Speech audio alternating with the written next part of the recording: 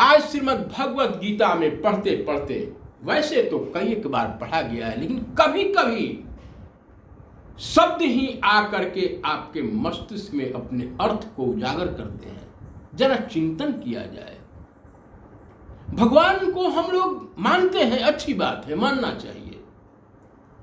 अरे बाप बाप बाप बाप, पिताजी पिताजी पिताजी पिताजी, अच्छी बात है, रट लगाइए, उसका भी अपना प्रभाव है।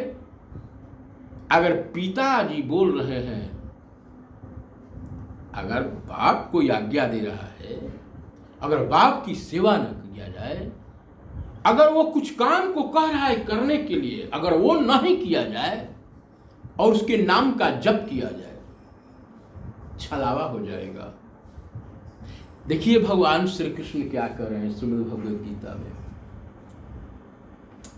इहैव तैर्जितः सर्गो ये शाम शाम में स्थितम मनः निर्दोषम ही समम ब्रह्म तस्माद् ब्रह्मणि ते स्थिता।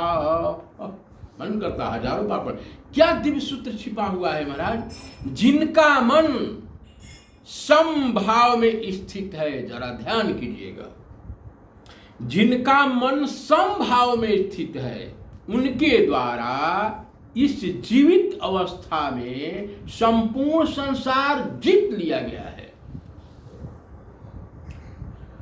क्योंकि सच्चिदानंद घन परमात्मा निर्दोष है और सम है, और वे सच्चिदानंद घन परमात्मा में ही स्थित हैं। तो कहने का मतलब है कि जिनका मन, यहां मन की बात आ रही है, और शरीर को चलाने वाला कौन है, तो मन है। इस शरीर मन का गुलाम हो गया है, शरीर आदतों का गुलाम हो गया है। लेकिन इस मन को पावर देने वाला कौन है, इस शरीर को पावर देने वाला कौन है? इस आंखों में ज्योति, देखने की रोशनी, बोलने की शक्ति, हमारे अंदर में अनेकों भाव की उत्पत्ति कहां से होता है, आइए जरा समझा जाए। जिस तरह से बल्ब कहे कि यह प्रकाश हमसे है, हीटर कहे कि यह अग्नि मुझसे है, और कूलर कहे कि यह पंखा की ठंडी हवाएं हमसे है, लेकिन उसमें विद्युत की जो धाराएं प्रवाहित हो रही है, उस लाइन को डिस्कनेक्ट कर दिया जाए। जब हीटर में लाइन नहीं रहेगा विद्युत, वह अग्नि कहां से देगा? कूलर में ठंडी हवाएं कहां से मिल पाएगी? बल्ब में प्रकाश कहां से आएगा? यह आंख और नाक और कान और मन और बुद्धि अगर कितना हो भी कहे कि मैं हूं, मैं देखता हूं, आंख बोले मैं देखता हूं, मुंह बोले मैं बोलता हूं, लेकिन आत्मा रूपी विद्युत की लाइन जब कट जाएगी, पावर सब समाप्त हो जाएगा। शरीर के सभी अंग प्रत्यंग यहीं पर रहेंगे और शरीर लाश में बदल जाएगा। शरीर जब लाश में बदल जाएगा तो क्या हो जाएगा? जला दिया जाएगा, संवेदनाएं समाप्त हो जाएगी। अब जो जलने की कराह है, दर्द है, वह आत्मा के कनेक्शन कटने के चलते वह समाप्त हो गया। फिर वह आत्मा क्या है और समभाव क्या है? हमारे मन में अनेकों तरह के विचार आया, मैं उसको देख रहा हूं, समभाव आएगा कि नहीं आएगा?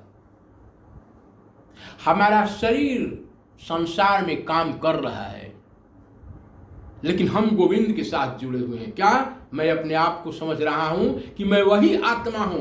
जिस आत्मा के चलते शरीर काम कर रहा है, वो निकल जाएगा तो यह शरीर निष्क्रिय हो जाएगा। तो फिर मैं कौन हूं? और भगवान बोले जिनका मन समभाव में स्थित है, क्रोध आया और हम क्रोधी हो जाते हैं, हलचल हो जाते हैं, विषय वासना की आंधी में बह जाते हैं। क्यों बह जाते हैं? इसलिए कि हमारे शरीर को मन चला रहा है, ड्राइवर बन गया है। और जब एक शरीर, एक गाड़ी का शोकेस रूम से गाड़ी निकल गया और उस गाड़ी का ड्राइवर पियाक और शराबी मिल गया, अब किस रास्ते से लेकर के गाड़ी को जाएगा, और उसके तो नशा के ऊपर निर्भर कर रहा है। विषय वासनाओं के नशा में पड़ा हुआ आदत का गुलाम मन बुद्धि शरीर सबको नाश करा देता है। क्रोध आया, क्रोध में उबल गए, ईर्ष्या आया, ईर्ष्या में जल गए। आखिर कैसे हम मनुष्य से राक्षस और देवता हो जाते हैं? तो भगवान बोलते हैं कि सच्चिदानंद घन परमात्मा में जिसका मन स्थित है, जिसका चित्त स्थित है, वह स्थित कैसे होगा? तो जैसे कि यह माला है, इस माला है, और इस माला को मैं देख रहा हूं, तो माला अलग हो गया और हम अलग हो गए। वैसे ही यह आत्मा है, मैं आत्मा हूं, और यह शरीर है, यह मन है, यह बुद्धि है, और जो उसको देख रहा है उससे अलग है। उस स्थिति में जीना पड़ेगा, इसलिए कि वो ब्रह्म है, वह ब्रह्म है, जो देख रहा है वह ब्रह्म है। हमने आंख को भी जाना, हमने नाक को भी जाना, हमने कान को भी जाना, हमने सब कुछ को जाना, हमने स्वप्न को भी जाना, हमने सुख को भी जाना, हमने दुख को भी जाना, हमने अज्ञान को भी जाना, ज्ञान को भी जाना। और जानने वाला कौन है? राम ही केवल प्रेम पियारा, जान ले हूं जो जान निहारा। राम ही केवल प्रेम पियारा, जान ले हूं जो जान निहारा। सबको जानने वाला वो राम आपके आत्मा में स्थित है, वह ब्रह्म है। उसके साथ एकाकार होकर के जीना पड़ेगा। अब जब उसमें जीना प्रारंभ हो जाएगा तो प्रकट हो जाएगा।